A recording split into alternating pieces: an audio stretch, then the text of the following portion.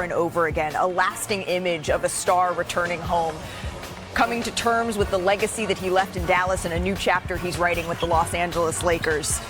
Luka Doncic, every time he touched the ball, the Dallas faithful let him hear it, but they also were chanting a specific message to the front office.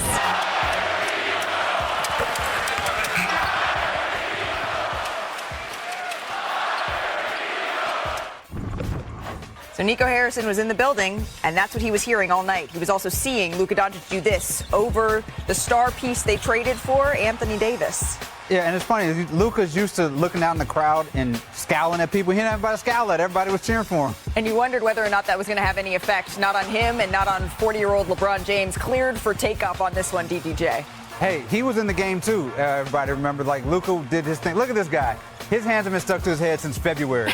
Absolutely stunned. Luka Doncic dishes it out to Vanderbilt. Can't get this one to go. Austin Reeves getting some of that spring. Even LeBron James is impressed there. Luka impressed too. You want your teammates to react like that on a play. And then LeBron whipping it out to Rui Hachimura, sends it to Doncic, gets the three to go.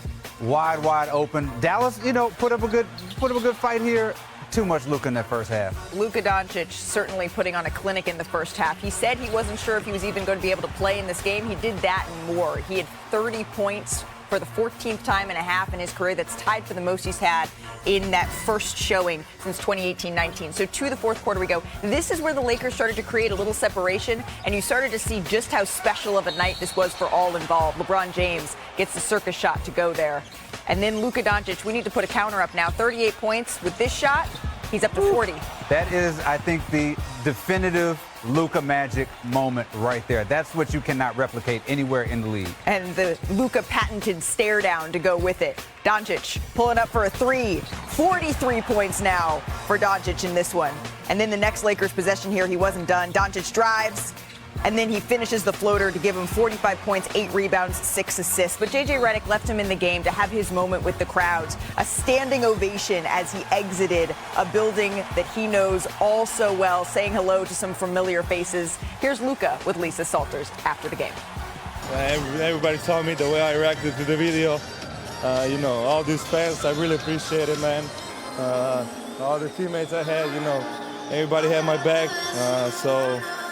I'm just happy, this guy, I love these fans, I love the city, but it's time to move on. I came as a young kid here with 18, and I know what to expect from NBA, and they made me feel like home, and it's just a lot of great memories. The kid had 7 amazing seasons here. I mean, he was from a kid to, a man, and, for all those moments, just, it's all come together today, and just, it's pretty cool. Yeah, I mean, I thought he was going to get 50.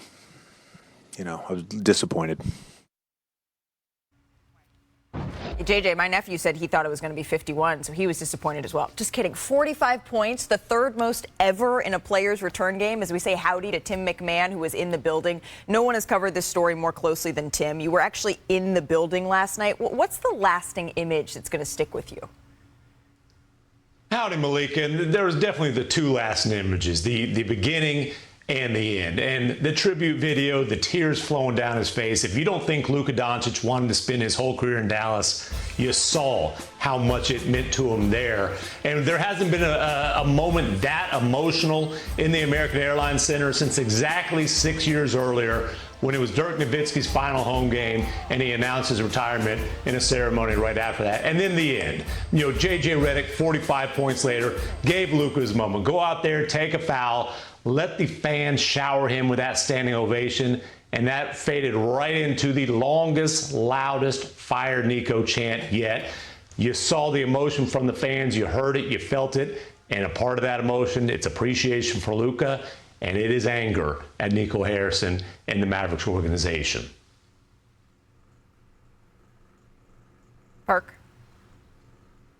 Well, look, this is my takeaway from it. See, people don't realize how tired you are once you get drafted by an organization, right? And that last night wasn't just about, Luka and the relationship with the Dallas Mavericks. It was about the relationship with the city of Dallas, right? And It's just when you get drafted there, like you have certain things that you do. You have your favorite restaurants that you go and eat at. You have, you know, maybe your favorite grocery store you love to go to, the corner store, the places you love to hang out, and you develop these relationships, and all of a sudden this become your home away from home. And then there was another prime example of the Texas culture. When you know most players, when they play for the Rockets or Dallas, when they retire, they still live back in Houston and Dallas because it's something about that Texas flavor. You know what I mean? That it's that Texas hospitality that just brings a certain level of joy. That's what we witnessed last night. Despite Luka giving them that work, we saw a guy that was tied to the city of Dallas and not just the organization.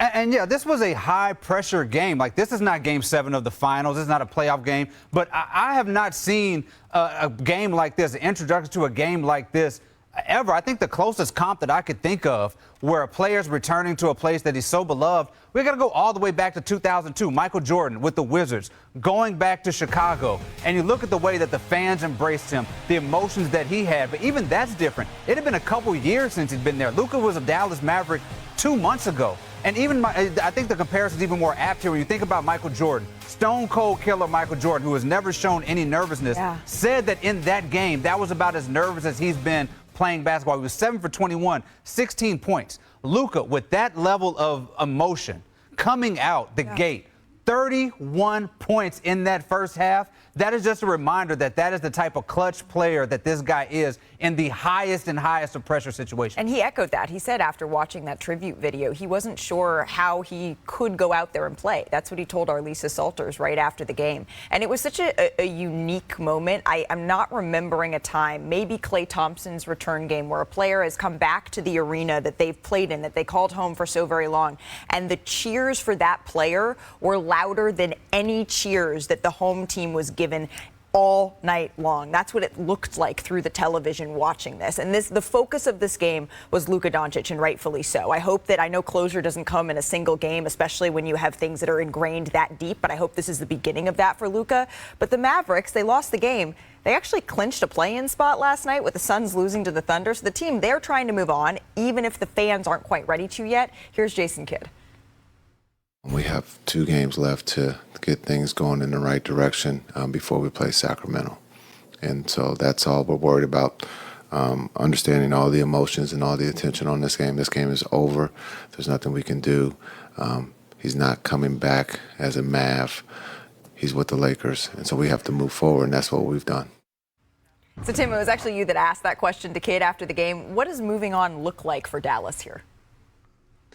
Well, I think you could hear the enthusiasm in Jason Kidd's voice. I mean, is that a pep talk or what? Look, man, let's just be straight up here. The Mavericks season essentially ended, and their realistic hopes of doing anything this season certainly ended.